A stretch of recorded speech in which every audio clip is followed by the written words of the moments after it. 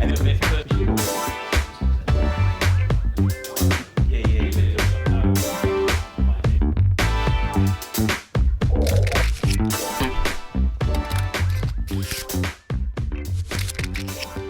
Raymond, good afternoon. It's Claudio, Matt Lahood, and Clinton from. Hi, Matt. Hi, Clinton. From the Mentors, hello. My friend. How are you? Good, good. Hey, mate. Welcome to episode number 39 of the Mentors. One of the things that we always ask all our people that come on our show, Raymond, tell us a little bit about how long you've been in real estate. Who's your marketplace? What's your market doing right now? And then we'll roll on from there. Great. I've been in the real estate industry for about 5 years. I work in Mulgrave area in Melbourne. Great spot. Average price around this area, you're looking at, well, if we're talking about the last 2 months, because prices have jumped up a lot recently. Yep. 850, 900 to get into the area if you want to buy a full block property. So the market's been moving in your market, in your area? The prices have been going up in that part of Melbourne? The last 8 weeks has been crazy. It's almost like it's not really gradual increase. It's more like a jump up from one. That's an affordable, very quickly. Yeah. Affordable price range, Raymond. I reckon. Yeah. Sorry, can you say that again? It sounds like a very affordable price range. For Sydney people, yes. Yeah, I was about to say for Sydney. We're like, oh, what? No, I meant for Melbourne as well. But for most buyers, I mean, the type of buyers we're getting, there's still first home buyers around. Okay. Majority of them so family wants to upgrade. Look, they might have bought their first home a little bit further out, you know, in Cranbourne, Pakenham area, and then they try to get back in again. Is that like the west of Melbourne? No, we base in southeast. Southeast of Melbourne. Okay, cool. Yep. Yes. And what does 800,000 buy in your market there? What would you get? 800 grand. No, 800,000. 800,000. What would you get? You get a freestanding house, big block? No, I think 850 is probably the minimum now. Okay. 800, you have to look at like a smaller block. You know, a townhouse. Yeah, a second townhouse. What about a 2-bedroom apartment? Is there many in the area? There's no apartment in my suburb just yet. Right. Okay. They're all landed properties there. Okay. So you're really dealing with mums and dads, I guess. Yeah, is your market? That's right. That's right. There are a lot of long-term residents like who've been here for the last 40, 50 years. Okay. They might have built their home back then, and a lot of downsizers as well. But as the area changing, we're getting a lot more younger families coming in. Okay, good. So Raymond, you know, on our show, right? People come in, they ask a question. Clinton, myself, or Maddie try and sort of figure it out some sort of way.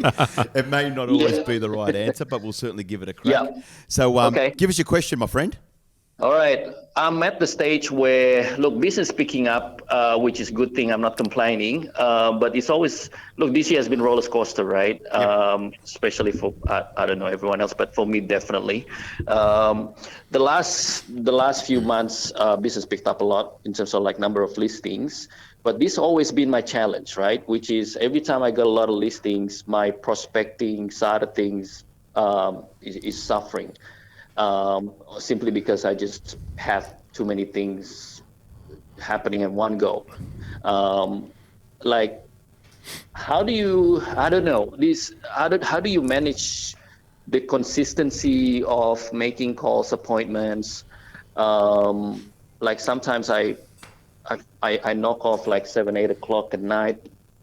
And I actually feel, not disappointed, but I wasn't happy because I didn't hit my call numbers on that day, for example. You know, I just felt like, oh man, I haven't done this. Like, it's so hard to get 20 connects. Like, it will take me, I don't know, like maybe the whole day. When you've got that many, how many listings are you running at the moment?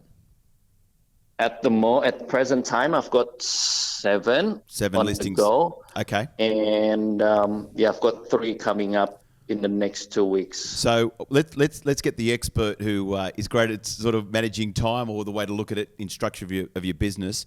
I get that, Matty. Like, when you sort of get overwhelmed with a lot of listings. Yep. How do you put time towards prospecting? So Raymond, let's do a bit of diagnosing before we prescribe, I guess. What's do you do auction or for sale?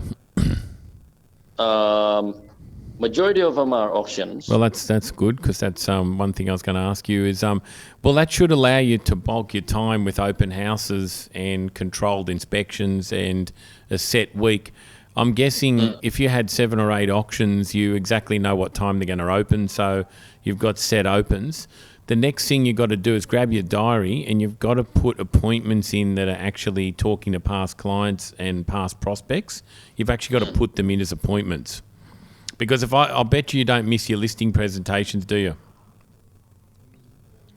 Sorry, can you say it again? If you had 4 listing presentations in your diary, would you say, forget that, I've got to do some prospecting? Sorry, Okay. there was some noise in the background. So if I have 4 listing presentations... If you have 4 listing presentations coming up on Monday... Oh, yes. I bet you wouldn't say, I'll just forget about them, I've got to do my prospecting, would you? No. Okay, so what if you made those appointments in your diary, your prospecting, and treated it like a listing presentation? Would that shift your view on that time management of those? Because what you're doing, you're busy selling and listing, but you're not busy building the business for the next 6 months. Yeah. So never done it. Like, so I make appointments with myself. You've got to make an appointment in your diary for prospecting and then not cancel it like it's a listing presentation. Does that make sense? Yeah. Okay. And then you've got to also put in their networking in there. And you've also got to put in there following up past clients, because there's all your past clients you're not looking after. You're chasing new clients and trying to service the current clients. And what's going to happen eventually is you're going to be like a mouse on one of those wheels, just going around and around. You're not going to be able to stop spinning. Correct. And I think one of the funny things what Matt is saying is, like, if it's not in your schedule, it's never going to exist. Not going to happen. And it's the old case of like rich agent, poor agent, rich agent, poor agent. Yeah. We've all been in that sort of groove where we get busy and then we let go of something, and then we start, trying to work with the buyers, put deals away, and then once we do put the deals away, we're going, oh my God, we freak out and go, where's my next listing coming from? And your pipeline has dwindled, and then it's like you're just chasing and chasing. And I think that's exactly what you're saying, is that analogy, Matty, of like being on the hamster wheel, right? Like chase, chase, chase. And then all of a sudden you get to a place where you're going to end up being broken and tired. Yep. See, Raymond, I'm big on time management myself. I'm lethal with my time. And you've got to treat it like that, because if you're going home at 7 or 8 o'clock at night, if I put a GoPro on your shoulder all day and watch what you were doing from 7 a.m. till 5 p.m., do you honestly believe every minute of every day is productive for you? Probably not. Okay, so what you should do is put a GoPro on, because you're saying you're going home at 7 or 8 o'clock, and I'd rather you went home at 4 o'clock every day, 100%. but got in there at 7 and worked non-stop till 4. Okay, here's a question, Matty. Let me ask you this. Is there anyone in your team, you look after, 350 agents in your organisation? Think about an agent in your group that probably carries 10 listings at any one given time. Yep. Are they working to 7 o'clock every night? And if they're not, what do they do? I'm just sitting here and I got a text from Brian Whiteman telling me he's broke a suburb record. He's got 25 listings on the market at the moment. Wow. 25 listings. Yeah, and I was thinking of you there, Raymond, with 7, and you're sort of drowning. And I've been speaking to him, and his problem is how he's trying to list more properties to work them. And so we're working on time management with him, and he's working on that with his team, how to list go from 25 to 40. Yeah. And see, it's really interesting, because from my point of view, I've got a lens over different people at different levels, and he's doing auctions and for sale as well. Yep. But if you go on and have a look under him, Brian Whiteman at the agency, you'll just see his listings and what he's got on, so you can actually see. And again, like, I think if you start looking at, if you had to triple your if a client walked in tomorrow and said, I've got 10 auctions I'm going to give you, I've inherited these properties, how would you be able to manage that? See, so you know what that question's just done is it's happy, but it's actually just showing you that you're not built for scale. So When you're not built for scale, you're not going to scale up because you're scared of actually. It's quite interesting, isn't it? If somebody said to me tomorrow, I've got 20 agents ready to join you, I've got the scale built for those people to start tomorrow, and I can get them onboarded and up and running straight away. So it's no different. That's the space I live in. But if you've got 20, if we handed you 10 new listings tomorrow, what would be important? Could you manage those 10 listings? And if not, you need to be in a mindset where you can. Yeah. Because otherwise you'll never get to managing volume. You'll always be stuck around 5 to 7. There's nothing wrong with that. But, if you've got 5 to 7 listings and only 4 of them sell or 3 of them sell, well, that's a problem. So, because not everyone sells, right? Correct. That's right, yeah. So it's a numbers game, right? The more listings, the more chance you're going to make more sales. Yep. Correct. And you're going to meet more buyers and you're going to meet more sellers. The more balls you throw up in the air, the more you're going to catch, right? Correct. Yeah. So that makes a lot of sense. If we were to narrow it down quickly for Raymond, what would be 3 things, Matty, that to help him, right? Yep. Manage all these listings. Raymond, is it just you, or do you have an associate? Anyone else in your team, or is it just you at the moment? I've got a PA, Yep. but he's moving on to another, become his own agent next year. Okay, so he'll be moving on. So you'll be running all this on your own, right? So, Matt, 3 tips. Yes. 1 agent, right? Yep. No real support, right? What would be 3 things so he can manage this effectively and efficiently for himself to Okay, so Raymond, vendors, buyers, and prospect at the same time? the first thing is, which I doubt you have just listening to you, and I could be wrong, is you need to write a business plan very quickly. And that could be your 2020 business plan. And that might look like, what's 2020 look like? And how does it look? Does it look like Raymond wants to do 30 sales, 40 sales, 50 sales? Before you actually know what you want, you then can't design how your team should look. So I think that's the first thing you should do. I don't have a quick fix on the phone right now for you, but if we give you advice and you say, no, I only want to do 2 sales a month, well, that could be the wrong advice on how Claudio and I and Clinton structure your team. But if you said to me, look, no, I want to do 10 sales a month, well, that's going to be a different conversation versus you saying you want to do 3 sales a month. So the first thing you need to do is peel back the onion and do a business plan. You actually need to write a business plan. And that people get scared about that. I'm talking grab a piece of paper, go and sit in a cafe and say, what does my team look like? 1, what GCI do I want to do? How many sales do I want to do? What time do I want off? What personal time do I want off? How many holidays a year do I want? And that's your business plan. Yeah. It. Can I just say something? And the more busier you become, the more structured you got to be.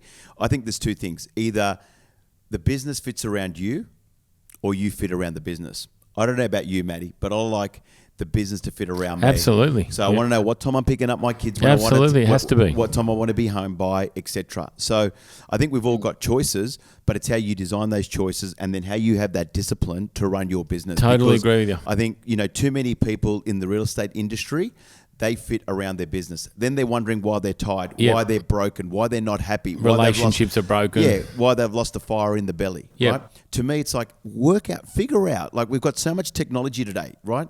I mean, it's really interesting. We had this episode just before where we're talking to a lady. She's in Bali. And I can tell you right now, she's running her business, right?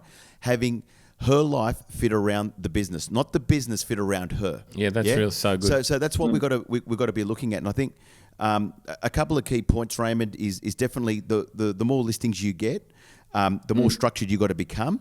But like I remember me being as an agent, I remember carrying 10 listings, Matty, right? Yep. And I would still be home by 5 o'clock, right? I would be working hard to get in early at the same time every day. Not like one morning I'm rocking up at 9, one morning I'm rocking up at 10. It was like every day was at the same time. It was process. It was a process. I'd go to the Sydney Footy Stadium and do my workout because that was my little networking thing that I would do there. And then in the afternoon it would be appointment after appointment. But I did my calls in the morning. Those 20 calls, like you said, it was non-negotiable. I treated that time in the morning like if I was going to a listing presentation. Yep. You would have missed a listing presentation. I would have missed a listing presentation.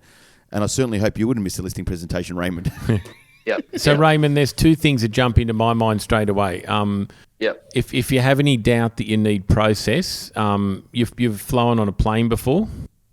Yes. Have you seen, okay, so the pilot, the checks that they do beforehand when you're taking off, it's exactly the same repetitive, boring things that how to you lock your seatbelt on, how to get out if there's a fire on the plane. They do the same thing every single time when you go on a plane. The next thing is the most successful family restaurant in the world's McDonald's, and it's run by 16-year-olds who can't pick their underpants up at home, right? Now, that's just a pure example of process. So it sounds like to me, although you've got a successful business, you probably need to put some process and some planning into that business, then come back and say, right, because you'll be a totally different person. If you don't know where you're going, it's hard for us to point and shoot, I guess. You know what I'm saying? Yeah. Okay, Raymond, has that answered, given you a little bit of insight, what you need to work on for 2020? Yep, definitely. Hey, listen, I'm super excited. You got 10 listings. There are some agents who are lucky to have one listing in this marketplace. So all you got to do now is sell them before Christmas, so you can have a wonderful little break over Chrissy. But hey, Raymond from Win Real Estate in Mulgrave, thanks for joining us here on episode 39 of The Mentors. Thank you so much. All the best to you and your family over Christmas. And hey, if you've got a question for us, a deep one, make sure you reach us out on The Mentors. Have a great weekend, Raymond. Thanks for joining us here on the show. Thank you, guys. Got something great from this episode? It would mean the world to us if you passed it on. Tune in each week as we mentor a new agent. Have a question? Want to be on the show? Get in touch with Claudio Encina, Matt Lahood, or visit our Facebook page. The Mentors is brought to you by Sprinkler.media.